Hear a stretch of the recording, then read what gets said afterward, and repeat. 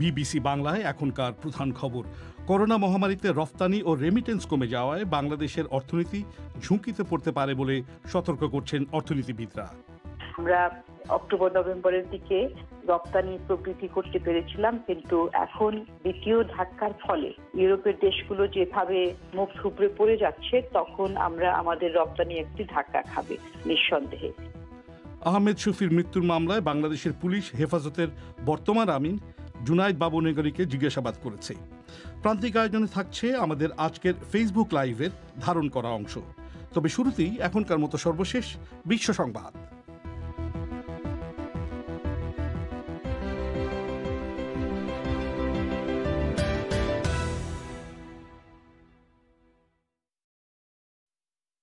BBC Bangla বিশ্ব সংবাদ পড়ছি পুলক গুপ্ত। উগান্ডার প্রেসিডেন্ট নির্বাচনে প্রধান বিরোধী দলীয় প্রার্থী জনগণকে ব্যাপক হারে ভোট কেন্দ্রে থাকার আহ্বান জানিয়ে বলেছেন, ভোটে যেন কোনো কারচুপি না হতে পারে। প্রচারাভিযানের শেষ দিনে ববি ওয়াইন এবং অন্য দুজন বিরোধী দলীয় প্রার্থী বলেছেন যে ভোটাররা যেন ভোটদান শেষে কেন্দ্রে ব্যালট চুরির ওপরে মোবাইল ফোন দিয়ে ছবি তোলেন। সে দেশের দীর্ঘদিনের শাসক ইউরি মুসেভেনি এই নির্বাচনে বিরোধী দলের কাছ থেকে বিশ্বাসযোগ্য চ্যালেঞ্জের মুখোমুখি হয়েছেন। মার্কিন কংগ্রেসে তার সমর্থকরা ভাঙচুর চালানোর পর প্রেসিডেন্ট হোয়াইট হাউস ত্যাগ করেছেন। তিনি টেক্সাসের অ্যালামো শহরে যাবেন বলে কথা রয়েছে। মিস্টার ট্রাম্পের এই সফর এমন সময় হচ্ছে যখন হাউস অফ রিপ্রেজেন্টেটিভসের ডেমোক্র্যাট সদস্যরা তাকে অপসারণের জন্য প্রস্তুতি নিচ্ছেন। ইন্দোনেশিয়ার রাজধানী জাকার্তার কাছে 3 দিন আগে বিধ্বস্ত হওয়া যাত্রীবাহী বিমানের ব্ল্যাক বক্সটি উদ্ধার করা হয়েছে বলে কর্তৃপক্ষ নিশ্চিত করেছে। সে দেশের সেনাপ্রধান বলেছেন যে দ্বিতীয় ব্ল্যাক বক্সটি, যেখানে ককপিটের ভয়েস রেকর্ডার রয়েছে, সেটিও শিগগিরই খুঁজে পাওয়া যাবে। ভারতের পররাষ্ট্রমন্ত্রী বলেছেন, গত গ্রীষ্মে পূর্ব লাদাখ সীমান্তের প্রাণঘাতী সংঘাতের পর চীনের প্রতি তাদের বিশ্বাসে গভীর ক্ষতি হয়েছে। সুব্রামানিয়াম জয়াশঙ্কর বলেছেন যে এই রক্তপাত দুদেশের দীর্ঘদিনের বিরোধে নতুন মাত্রা যোগ করেছে এবং এর বিরাট প্রভাব পড়েছে জনমত আর রাজনীতির ওপর। জার্মানির পুলিশ বলছে আন্তর্জাতিক এক অভিযানে অনলাইনে বিশাল একটি অবৈধ বাজার বন্ধ করা গিয়েছে।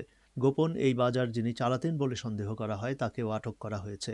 জার্মানির সরকারি কৌশলীরা বলছেন, ডার্ক মার্কেট নামে অনলাইন সাইটে প্রধানত মাদক, চুরি যাওয়া ক্রেডিট কার্ড এবং নকল মুদ্রা বিক্রি হতো। ব্রিটেনের উপকূল সংলগ্ন সাগরে এক গবেষণায় ইঙ্গিত পাওয়া গিয়েছে যে শিল্পে ব্যবহৃত একটি রাসায়নিক দ্রব্যের কারণেই হয়তো ডলফিনের প্রজনন ক্ষমতা কমে গিয়েছে। পলিক্লোরিনেটেড বাইফেনাইলস বা পিসিবি এখন নিষিদ্ধ হলেও 1980-র দশক পর্যন্ত প্লাস্টিক এবং রং তৈরির শিল্পে ব্যাপক হারে এটি ব্যবহার করা হতো। বিবিসি বাংলার রাতের আয়োজন পরিক্রমা শর্টওয়েভ ছাড়াও প্রচারিত হচ্ছে এফএম তরঙ্গে বাংলাদেশে প্রধান 10টি শহরে, আর ইন্টারনেটে এই অনুষ্ঠানটি লাইভ প্রচারিত হচ্ছে bbcbangla.com ওয়েবসাইট থেকে। অনুষ্ঠানের শ্রোতা বন্ধুদের সাদর আমন্ত্রণ জানাচ্ছি আমি মাসুদ হাসান খান। একটু আগেই যেমনটা শুনছিলেন, বাংলাদেশের পুলিশ মাদ্রাসা ভিত্তিক সংগঠন হেফাজতে ইসলামের সাবেক আমির আহমেদ শফির মৃত্যুর পর দায়ের করা মামলায় সংগঠনটির বর্তমান আমির জুনায়েদ বাবুনগরীকে জিজ্ঞাসাবাদ করেছে বলে জানা যাচ্ছে। মামলার তদন্তের দায়িত্বপ্রাপ্ত সংস্থা পিবিআই এর একজন কর্মকর্তা এই জিজ্ঞাসাবাদ করেন। গত বছরের সেপ্টেম্বর মাসে আহমেদ শফি ঢাকায় চিকিৎসাধীন অবস্থায় মারা গেলে তার পরিবার ওই মামলা দায়ের করেছিল। এ নিয়ে বিস্তারিত জানাতে বিবিসির ঢাকা স্টুডিও থেকে এখন সরাসরি আমাদের সঙ্গে যোগ দিচ্ছেন সংবাদদাতা ফারহানা পারভিন। ফারহানা, জুনায়েদ বাবুনগরীকে পুলিশের জিজ্ঞাসাবাদ সম্পর্কে আপনি আমাদের কি জানাতে পারেন? জুনায়েদ বাবুনগরীকে আজকে জিজ্ঞাসাবাদ করা হয়েছে। পুলিশ সুপার, আমি যেটা কথা বলেছি যে পিবিআই চট্টগ্রাম বিভাগের বিশেষ পুলিশ সুপার মোহাম্মদ ইকবাল, তিনি আমাকে জানিয়েছেন যে আজকে তার নেতৃত্বাধীন একটি দল চট্টগ্রামের হাটহাজারী এবং বাবুনগর দুটি মাদ্রাসা, যেটি ফটিকছড়িতে, বাবুনগর মাদ্রাসাটি ফটিকছড়িতে, সেখানে গিয়েছিলেন এবং সেখানে অন্তত 25 জনকে জিজ্ঞাসাবাদ করেছেন। তার মধ্যে জুনায়েদ বাবুনগরীও রয়েছেন। ফারহানা, এই যে আপনি বলছিলেন যে বাবুনগর মাদ্রাসায় যেমন গেছে পিবিআই, একই সঙ্গে হাটহাজারীর মাদ্রাসাতেও গিয়েছিল, তো সেখানে গিয়ে তারা কি করেছে সে সম্পর্কে কিছু জানাতে পারেন? তারা বলছেন যে হাটহাজারী মাদ্রাসা এবং বাবুনগর মাদ্রাসা ২ জায়গায় গিয়েছেন মূলত এই তদন্তের একটা প্রক্রিয়া। অর্থাৎ ঘটনাস্থল পরিদর্শন করা, আলামত সংগ্রহ করা এবং সাক্ষীদের জিজ্ঞাসাবাদ করার জন্যে তিনি গিয়েছেন। আমি জিজ্ঞাসা করেছিলাম যে সেখানে জুনায়েদ বাবুনগরী বর্তমান আমির তার সাথে কী ধরনের কথাবার্তা হয়েছে। তো পুলিশ সুপার তিনি আমাকে জানিয়েছেন যে তাদের বক্তব্য রেকর্ড করা হয়েছে এবং তদন্তের স্বার্থে অবশ্যই সেটি এখন প্রকাশ করা হবে না। পূর্ণাঙ্গ তদন্ত সম্পন্ন হলে সেটা তারা আদালতকে দেবেন। এই যে পুলিশ আজকে মিস্টার বাবুনগরীকে জিজ্ঞাসাবাদ করলো, তো এই ব্যাপারে হেফাজত থেকে কি আনুষ্ঠানিকভাবে কোনো বক্তব্য দেওয়া হয়েছে? হেফাজত থেকে কোনো বক্তব্য দেওয়া হয়নি। আমরা যোগাযোগ করার চেষ্টা করেছিলাম তাদের সাথে, কিন্তু যোগাযোগ করা সম্ভব হয়নি তাদের সাথে। ফারহানা, গত বছরের সেপ্টেম্বর মাসে মিস্টার আহমেদ শফি মারা গিয়েছিলেন ঢাকায় চিকিৎসাধীন অবস্থায়, এবং তারপরে তার পরিবারের তরফ থেকে এই মামলা দায়ের করা হয়েছিল। তো এই মামলা এখন আসলে কতদিন চলবে? মাফ করবেন, এই তদন্ত আসলে পুলিশের তদন্ত কতদিন চলবে সেই সম্পর্কে কি কোনো ধারণা পাওয়া যাচ্ছে? হ্যাঁ, ধারণা পাওয়া যাচ্ছে। সেটি হচ্ছে, আমি জিজ্ঞাসা করেছিলাম যে এর পরবর্তী প্রক্রিয়াটা আসলে কি? আজকে তারা সেখানে ঘটনাস্থল পরিদর্শন করলেন। আমাকে যেটি তারা জানিয়েছেন সেটি হচ্ছে যে আদালত এই তদন্তের জন্যে ১ মাস সময় বেঁধে দিয়েছেন তাদেরকে। এই ১ মাসের মধ্যে তারা তদন্ত সম্পন্ন করবেন এবং পূর্ণাঙ্গ তদন্ত তারা দেবেন। অর্থাৎ তাদের হাতে আছে ১ মাস।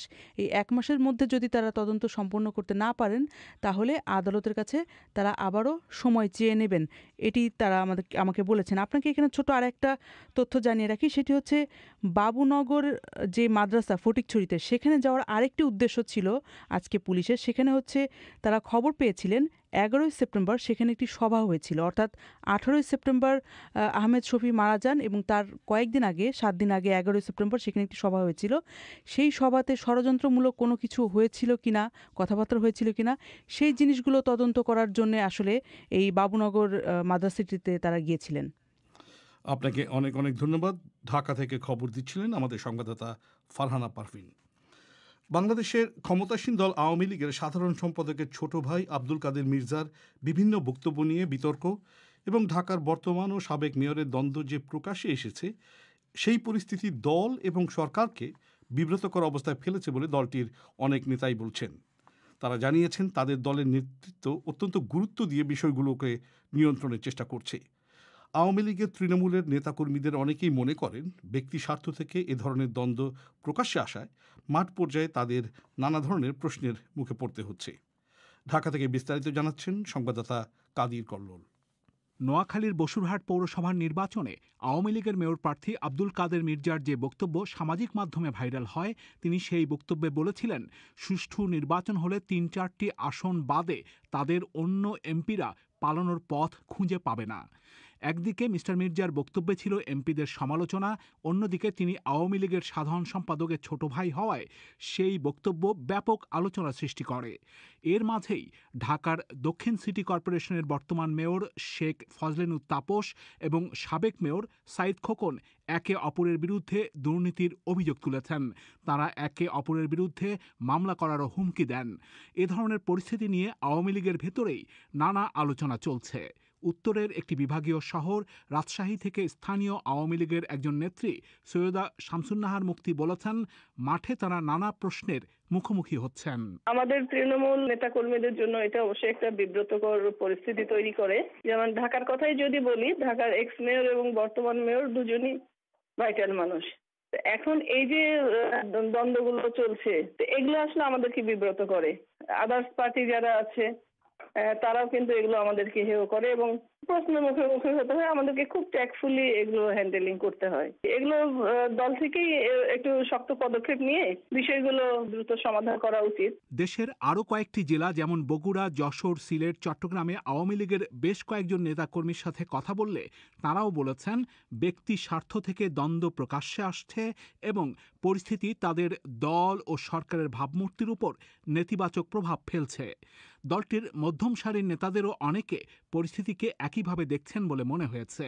সাবেক মন্ত্রী এবং আওয়ামী লীগের একজন কেন্দ্রীয় নেত্রী মেহের আফরোজ চুমকি বলেছেন, যে ঘটনাগুলো প্রকাশ্যে এসেছে সেগুলো দ্রুত নিয়ন্ত্রণ করা হবে বলে তিনি মনে করেন।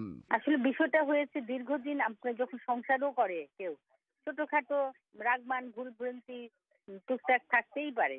কিন্তু প্রকাশ্যে এসে পড়লেই যে সবকিছু এলোমেলো হয়ে গেছে তা নয়। তবে আমি মনে করি এটা অবশ্যই নিয়ন্ত্রণের প্রয়োজন আছে।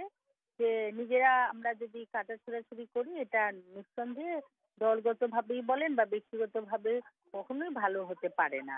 দল নিশ্চয়ই গুরুত্ব দিয়েই সেটাকে যেখানে যতটুকু গুরুত্ব দেওয়ার সেটুকু দিচ্ছেন।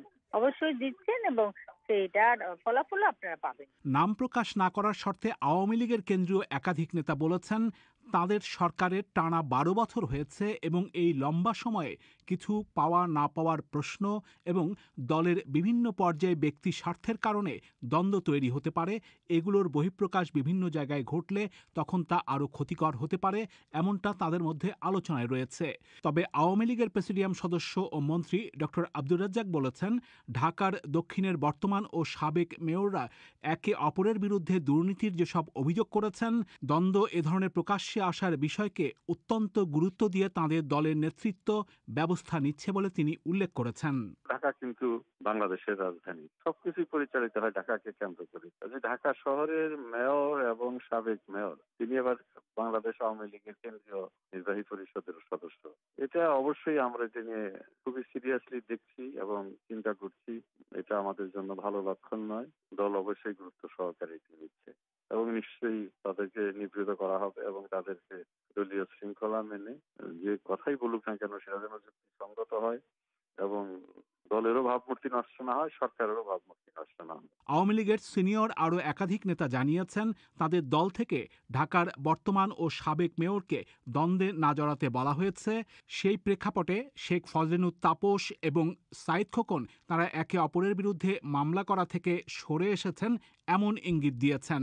তবে নোয়াখালীর আব্দুল কাদের মির্জা তিনি তার বক্তব্য অব্যাহত রেখেছেন। তিনি জানিয়েছেন, তার বক্তব্যের ব্যাপারে তাকে দল থেকে কিছুই বলা হয়নি। শুনছিলেন কাদির কল্লোলের প্রতিবেদন। করোনা ভাইরাস মহামারীর কারণে বাংলাদেশে তৈরি পোশাক রপ্তানি এবং রেমিটেন্স কমে গিয়ে সে দেশের অর্থনীতি ঝুঁকিতে পড়তে পারে বলে সতর্ক করেছেন অর্থনীতিবিদরা। বিগত ২০১৯-২০ অর্থ বছরে বাংলাদেশের মোট দেশজ উৎপাদনের প্রবৃদ্ধি ৫.২৪% অর্জিত হয়েছিল। এর মূল চালিকা শক্তির মধ্যে একটা ছিল রেমিটেন্স বা প্রবাসীদের পাঠানো বৈদেশিক মুদ্রা। কিন্তু করোনা ভাইরাসের দ্বিতীয় ধাক্কায় বিশ্ব যখন বিপর্যস্ত, তখন সেই রেমিটেন্স প্রবাহ কমে গেলে বাংলাদেশের অর্থনীতির কী হাল হতে পারে, খোঁজ নিয়েছেন সংবাদদাতা ফারহানা পারভিন। করোনা ভাইরাসের প্রথম ঢেউ যখন সারা বিশ্বকে বিপর্যস্ত করেছে, তখন বাংলাদেশের অর্থনীতি চাঙ্গা ছিল তিনটি খাতের উপর: এক কৃষি, দুই বিভিন্ন খাতে সরকারের দেয়া প্রণোদনা প্যাকেজ এবং রেমিটেন্স। কিন্তু এবারে যখন করোনা ভাইরাসের দ্বিতীয় ঢেউ বিশ্বকে আঘাত করেছে, তখন বাংলাদেশের অর্থনীতির উপর ধাক্কা আসতে পারে বলে আশঙ্কা করেছেন অর্থনীতিবিদরা। বাংলাদেশের গবেষণা প্রতিষ্ঠান সেন্টার ফর পলিসি ডায়ালগের নির্বাহী পরিচালক ফাহমিদা খাতুন বলছিলেন, বাংলাদেশের অর্থনীতির শক্তির যে কয়েকটা জায়গা ছিল, সেখানে একটা ধাক্কা লাগতে পারে।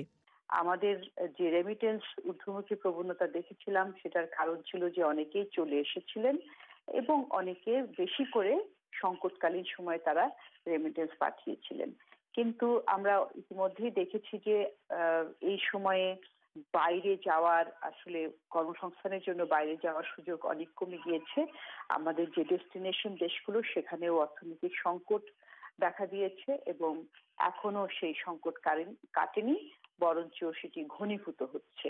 তো সেই জন্য আমাদের আগের যে অর্থনৈতিক প্রবৃদ্ধি কিংবা অর্থনৈতিক শক্তির জায়গাগুলো যেগুলো ছিল, সেখানে এই কয়েকটা জায়গায় ধাক্কা খাবে। বিগত ২০১৯-২০ অর্থবছরে বাংলাদেশের মোট দেশজ উৎপাদনের প্রবৃদ্ধি ৫.২৪% অর্জিত হয়েছিল। বাংলাদেশ পরিসংখ্যান ব্যুরো দেশের অর্থনৈতিক প্রবৃদ্ধির প্রাথমিক এই তথ্য প্রকাশ করে জানিয়েছিল, স্থির মূল্যে এই জিডিপির আকার দাঁড়িয়েছে ২৭,৯৬,৩৭৮ কোটি টাকা, আর মাথাপিছু আয় বৃদ্ধি পেয়ে $২,০৬৪ উন্নীত হয়েছে। বাংলাদেশের বৈদেশিক মুদ্রা অর্জনের আরেকটা দিক রপ্তানি আয়। রপ্তানি আয়ের অন্যতম উৎস বাংলাদেশের তৈরি পোশাক শিল্প। এই শিল্প প্রথম দিকে বেশ খারাপ অবস্থায় পড়লেও বছরের শেষ দিকে কিছুটা ঘুরে দাঁড়ায়। কিন্তু এবারে ইউরোপের বাজার একেবারে বিপর্যস্ত হয়ে পড়ায় সেই আঘাত এসে লাগবে বাংলাদেশের রপ্তানি খাতে, বলছিলেন ফাহমিদা খাতুন। ২০২০ সালের করোনার পরে এপ্রিল, মে, জুন মাসে দেখেছিলাম অনেক ক্রেতারা তারা অর্ডার ক্যান্সেল করেছেন কিংবা তারা স্থগিত করেছিলেন, যার ফলে একটি ধাক্কা খেয়েছিল রপ্তানি ক্ষেত্রে। পরের দিকে নভেম্বরের দিকে এসে আমরা অক্টোবর নভেম্বরের দিকে রপ্তানি প্রবৃদ্ধি করতে পেরেছিলাম, কিন্তু এখন এই দ্বিতীয় ধাক্কার ফলে ইউরোপের দেশগুলো যেভাবে মুখ থুবড়ে পড়ে যাচ্ছে, তখন আমরা আমাদের রপ্তানি একটি ধাক্কা খাবে নিঃসন্দেহে। গবেষকরা বলছেন, বাংলাদেশের অর্থনীতিকে মুখ থুবড়ে পড়া থেকে বাঁচাতে অভ্যন্তরীণ কৃষিখাত এবং সেবাদানকারী প্রতিষ্ঠানগুলো সচল রাখার ব্যবস্থা করতে হবে। ঢাকা বিশ্ববিদ্যালয়ের অর্থনীতি বিভাগের শিক্ষক ডক্টর শাহাদাত হোসেন, যিনি করোনাকালীন অর্থনীতি নিয়ে গবেষণা করছেন, তিনি বলছিলেন, বিদেশে বাংলাদেশে পণ্যের যে রপ্তানি চাহিদা ছিল সেটা যদি টিকে থাকে তাহলে ক্ষতির হাত থেকে বাঁচা যাবে। 84% foreign export earnings হচ্ছে রেডিমেড গার্মেন্টস সেক্টর অলরেডি ওরা 93% রিকভারি করেছে, যেটা হচ্ছে 20% পর্যন্ত নেমেছিল। এক্সপোর্ট গ্রোথ কমতে কমতে 20% compare to the previous year, but ultimately now it has covered 93%। এখন নির্ভর করবে বিদেশে যদি এই প্রভাবটা বজায় থাকে, তাহলে আমাদের যে এক্সপোর্ট ডিমান্ড, সেই এক্সপোর্ট ডিমান্ডটা যদি সাস্টেইন করে, it depends on export demand, যে আমাদের প্রোডাক্টটা বিদেশিরা যেভাবে ডিমান্ড করছিল সেই ডিমান্ডের পরিমাণটা যদি যেভাবে গ্রো করছে সেটা যদি ধরে থাকে, কিন্তু সেই জায়গায় যদি বড় ধরনের ক্ষতি হয়ে যায় কোভিডের কারণে, তাহলে আমরা অনেক বড় ক্ষতির সম্মুখীন হব। গবেষকরা বলছেন, বাংলাদেশের অর্থনীতির অভ্যন্তরীণ শক্তিগুলো চাঙ্গা করলেও যেহেতু করোনা ভাইরাস একটি বৈশ্বিক সমস্যা, তাই এই ভাইরাসের সেকেন্ড ওয়েভে দেশের অর্থনীতি ক্ষতিগ্রস্ত হওয়ার শঙ্কা রয়েছে। ফারহানা পারভিনের প্রতিবেদন, ঢাকা থেকে। শ্রোতা বন্ধুরা, এই সুযোগে আপনাদের জানিয়ে রাখি, বিশ্বব্যাপী করোনা ভাইরাস মহামারীর পটভূমিতে এর নানা দিক এবং সমসাময়িক নানা বিষয় নিয়ে আমরা নিয়মিতভাবে কয়েকটি ফোন ইন প্রচার করছি। সপ্তাহের সোম এবং শনিবার এই ফোন ইনগুলো আপনারা শুনতে পাবেন। আর হ্যাঁ, এতে যোগ দিতে চাইলে SMS পাঠাতে হবে 0171115578 এই নম্বরে। অনুষ্ঠানের আগে আমরাই আপনাদের সঙ্গে যোগাযোগ করব। আপনারা শুনছেন বিবিসির অনুষ্ঠান পরিক্রমা। এবার আজকের বিবিসি বাংলায় প্রচারিত ফেসবুক লাইভের ধারণ করা অংশ। অনুষ্ঠানটি পরিবেশন করছেন আফরোজা নীলা। সবাইকে আমন্ত্রণ বিবিসি বাংলার লাইভে। আপনাদের সঙ্গে আছি আমি আফরোজা নীলা। আমাদের আজকের বিষয় হলো সাম্প্রতিক এক স্কুল শিক্ষার্থী ধর্ষণ ও হত্যার অভিযোগ ঘিরে যে আলোচনা উঠেছে, তাতে অভিভাবকদের দায়িত্ব নিয়েও প্রশ্ন উঠেছে। অনেকে বলছেন যে পরিবারের একটা বড় ভূমিকা থাকে যে কোনো ধরনের নির্যাতন রোধে। এই ধরনের নানা ধরনের আলোচনা সমালোচনা চলছে সোশ্যাল মিডিয়ায়, আর এসব বিষয় নিয়েই আমাদের আজকের লাইভ। আমাদের সঙ্গে যুক্ত হয়েছেন সমাজবিজ্ঞানী প্রফেসর সামিনা লুৎফা, আরো আছেন উপমা মাহবুব, তিনি একজন অভিভাবক, তার 2টি সন্তান রয়েছে। এছাড়াও কয়েকজন শিক্ষার্থী আমাদের সঙ্গে যোগ দিয়েছেন ঢাকা বিশ্ববিদ্যালয়ের শিক্ষার্থী নাফিসা ইসলাম, ঢাকা বিশ্ববিদ্যালয়ের আরেক শিক্ষার্থী আফসার মুন্না এবং আছেন নূরে জেরিন সাভা, তিনি বিশ্ববিদ্যালয়ে ভর্তির অপেক্ষায় আছেন। আপনাদের সবাইকে অসংখ্য ধন্যবাদ আমাদের সঙ্গে যোগ দেওয়ার জন্য। আমি প্রথম প্রশ্নটি করতে চাই সামিনা লুৎফাকে, যে সম্প্রতি যে স্কুল শিক্ষার্থী ধর্ষণ এবং হত্যার যে অভিযোগটি উঠেছে, তাতে অনেকেই প্রশ্ন করছেন অভিভাবকদের ভূমিকা নিয়ে, অনেক কথা উঠছে। এক্ষেত্রে আসলে অভিভাবকদের কতটা দায়ী করা যায়? একটা দেশে যেখানে আমরা দেখতে পাচ্ছি আমাদের গত বছরের সেপ্টেম্বর মাসের হিসাব অনুযায়ী দেশে দিনে গড়ে 4টি ধর্ষণের ঘটনা ঘটে, কিন্তু একটি দুটি অত্যন্ত উচ্চকিত এবং আলোচিত মামলা ছাড়া বেশিরভাগ ক্ষেত্রেই ধর্ষণের শিকার হওয়া নারী আরো বহুভাবে নানা রকম সামাজিক এবং যৌন নিপীড়নের মধ্যে দিয়ে কিন্তু যান। যখন তিনি এই বিচারালয়ের দ্বারস্থ হন, এই তদন্ত প্রক্রিয়ার মধ্যে দিয়ে, বিচার প্রক্রিয়ার মধ্যে দিয়ে প্রতিটি জায়গায় তিনি এগুলোর ভেতর দিয়ে যান। এখন এই যে একটি সামগ্রিক ব্যবস্থা, যেখানে প্রথমত আমরা সমাজবিজ্ঞানীরা বলেই থাকি যে রেপ বা ধর্ষণ এটি যৌনতার সাথে সম্পর্কিত না, এটা ক্ষমতার সাথে সম্পর্কিত। তার মানে পুরুষরা তাদের ক্ষমতা প্রকাশ করার জন্য, প্রদর্শন করার জন্যই কিন্তু ধর্ষণ করে থাকে, এবং এর সাথে যুক্ত হয় যৌনতা এবং নারী পুরুষের স্বাভাবিক সম্পর্ক সম্বন্ধে নানান রকম ভুল ধারণা এবং ভ্রান্ত শিক্ষা। এবং এই শিক্ষাটার ক্ষেত্রে ব্যক্তিগতভাবে অভিভাবকদেরকে আপনি দায়ী কি করে করবেন যখন আপনি জানেন যে আমাদের দেশের যতগুলো শিক্ষা কেন্দ্র রয়েছে, মানে প্রাইমারি সেকেন্ডারি যে সমস্ত মানে একাডেমিক বিদ্যায়তনগুলো আছে, সেখানে নারী পুরুষের যে ভিন্ন ভিন্ন শরীর, কি করে আমরা এসেছি, এই সম্পর্কিত কোনো বিষয় নিয়ে কখনো আলাপ করা হয় না। তাদের এগুলো জানবার একমাত্র উৎস হচ্ছে, তথ্যের উৎস হচ্ছে পর্নোগ্রাফি। যেখানে অবশ্যই সত্য নয়, ফ্যাকচুয়াল নয়, এরকম অনেক এক্সট্রা আমরা যাকে এক্সাজারেশন বলি বা বাহুল্য করা রিপ্রেজেন্টেশন অফ সেক্সুয়াল অ্যাক্ট, যেটার বেশিরভাগটাই হয়তোবা নারীর জন্য এবং শিশুদের জন্য ভয়ঙ্করভাবে ক্ষতিকর, সেগুলোর ভিত্তিতে তারা শিখছেন যৌনাচার। কি দিয়ে অভিভাবক এটা নিয়ে কথা বলবেন? এখন আপনি যদি আমাদের পাশের দেশেও যান, কি আরো অন্য যে কোনো দেশে আপনি এক্সপ্লোর করেন, দেখবেন সেখানে এই আমাদের যে শিক্ষা, প্রাইমারি এবং সেকেন্ডারি শিক্ষা ব্যবস্থা, সেই শিক্ষা ব্যবস্থার ভেতর দিয়েই তো এর অনেক কিছু শিখে যাওয়ার কথা। সেগুলো শেখানোর মতো কোনো পরিবেশ পরিস্থিতি নেই। এবং এইখানে সংস্কৃতিটাই হচ্ছে রেপ হওয়ার সাথে সাথে দোষটা ওই মেয়েটির কেন গেল। যিনি এইভাবে চিন্তা করেন তিনি আসলে এই ধর্ষণের সংস্কৃতিটা কিন্তু টিকিয়ে রাখেন। সামিনা লুৎফা, এখানে আমাদের একজন অভিভাবকও যোগ দিয়েছেন, উপমা মাহবুব। তার কাছে যদি যাই, উপমা মাহবুব, আপনার দুটি সন্তান রয়েছে, আপনার সন্তানদের নিয়ে আপনার কতটা টেনশন কাজ করে এবং সামিনা লুৎফা যে কথাগুলো বলছিলেন তার সাথে আপনি কতটা একমত? প্রবলেমটা আসলে পরিবারের মানে মানুষের আন্ডারস্ট্যান্ডিং এর মধ্যেই। সেই জায়গাতে গিয়ে আসলে আমি কিভাবে করে আশা করব যে অভিভাবকরাই এই জিনিসগুলো মানে ওনাদের ভিতরেই তো ঘটনাগুলো ঘটছে, ওনাদের ভিতরে যখন ঘটনাগুলো ঘটছে তখন সেক্ষেত্রে আসলে ওনাদের কাছ থেকে দায়িত্বটা কতটুকু বা ওনাদের কাছ থেকে বাচ্চারা কতটুকু শিখবে, এগুলো কিন্তু একটা অনেক বড় প্রবলেম। এবং এটা আমি আপার সাথে একদমই একমত, আপা খুব সুন্দর করে বলছেন, এটা মূলত সিস্টেমেটিক প্রবলেম। এবং আমি খুব দৃঢ়ভাবে মনে করি যে শিক্ষা ব্যবস্থা একটা খুব ইম্পর্টেন্ট বিষয়। শিক্ষা ব্যবস্থা, সামাজিক সচেতনতামূলক কার্যক্রম, সেটা গভর্নমেন্ট হতে পারে, এনজিওদের হতে পারে, এইসব বিষয়গুলোর মাধ্যমে সেগুলো আসলে পরিবারকে আগে শিখাতে হবে। যখন পরিবার জিনিসগুলো বুঝবেন তারপর সেখান থেকে গিয়ে সেগুলো পরবর্তী স্টেপে যাবে।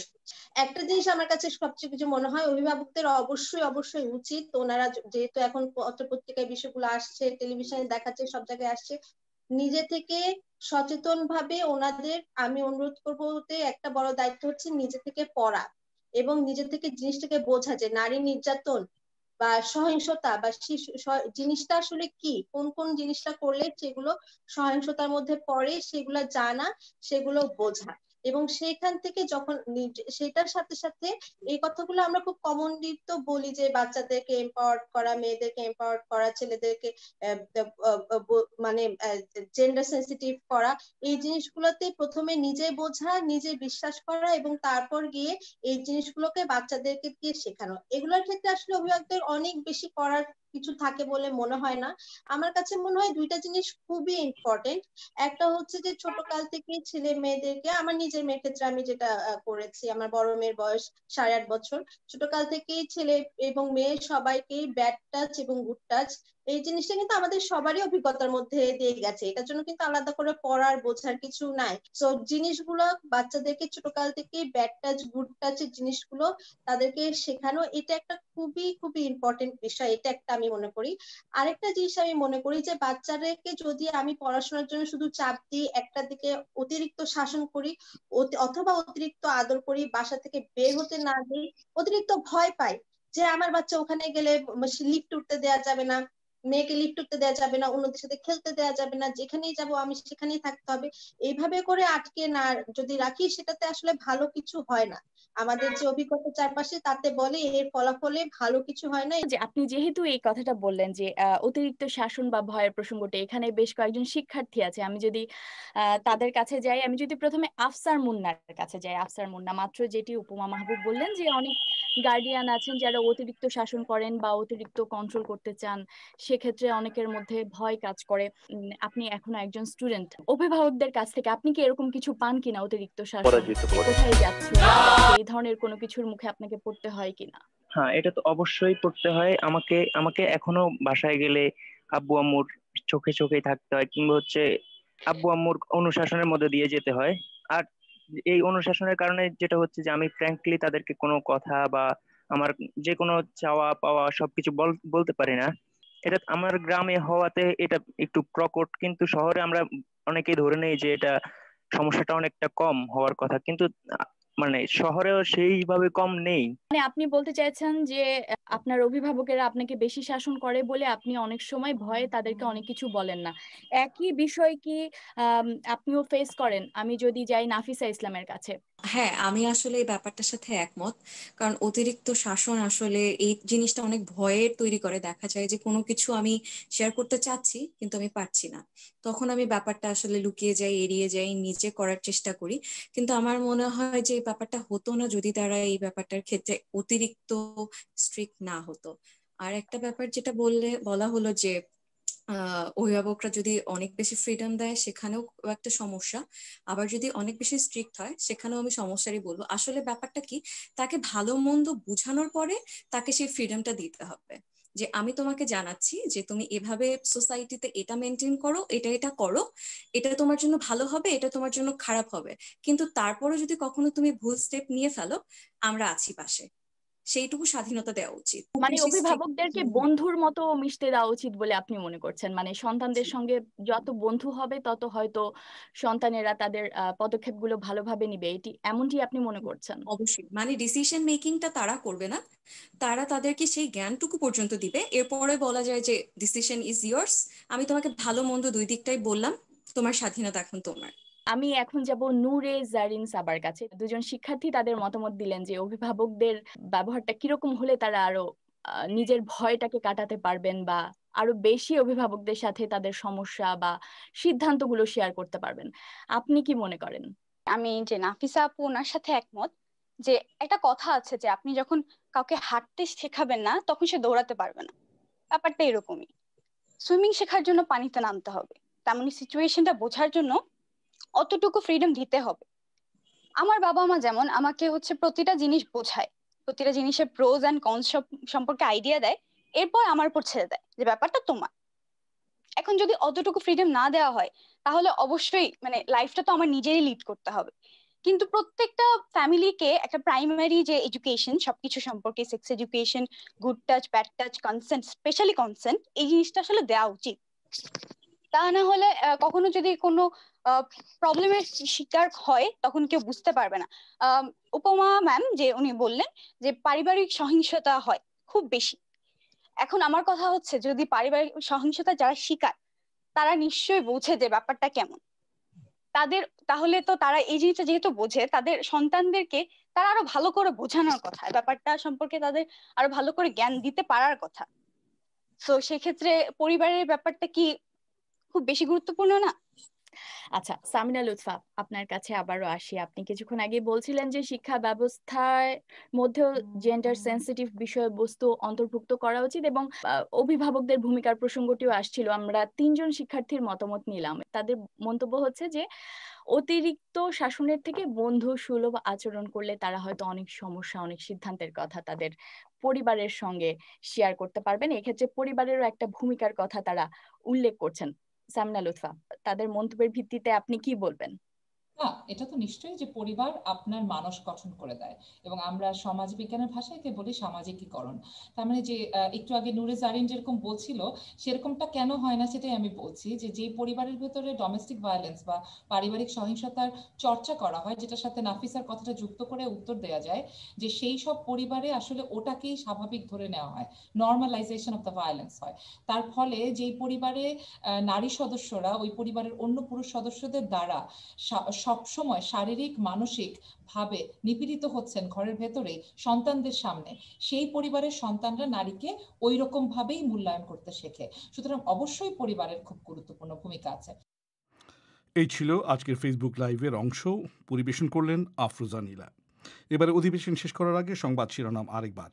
করোনা মহামারীতে রফতানি ও রেমিটেন্স কমে যাওয়ায় বাংলাদেশের অর্থনীতি ঝুঁকিতে পড়তে পারে বলে সতর্ক করছেন অর্থনীতিবিদরা। আর আহমেদ শফির মৃত্যুর মামলায় বাংলাদেশের পুলিশ হেফাজতের বর্তমান আমির জুনায়েদ বাবুনগরীকে জিজ্ঞাসাবাদ করেছে। এরই সঙ্গে শেষ করছে আজকের পরিক্রমা। আমাদের পরবর্তী অনুষ্ঠান প্রবাহ শুনতে পাবেন আগামীকাল বাংলাদেশ সময় সন্ধ্যে 7:30 আর ভারতে সন্ধ্যে 7টায়। শুনবেন আশা করে বিবিসি লন্ডন স্টুডিও থেকে। আজকের মতো বিদায় নিচ্ছি আমি মাসুদ হাসান খান। শুভরাত্রি।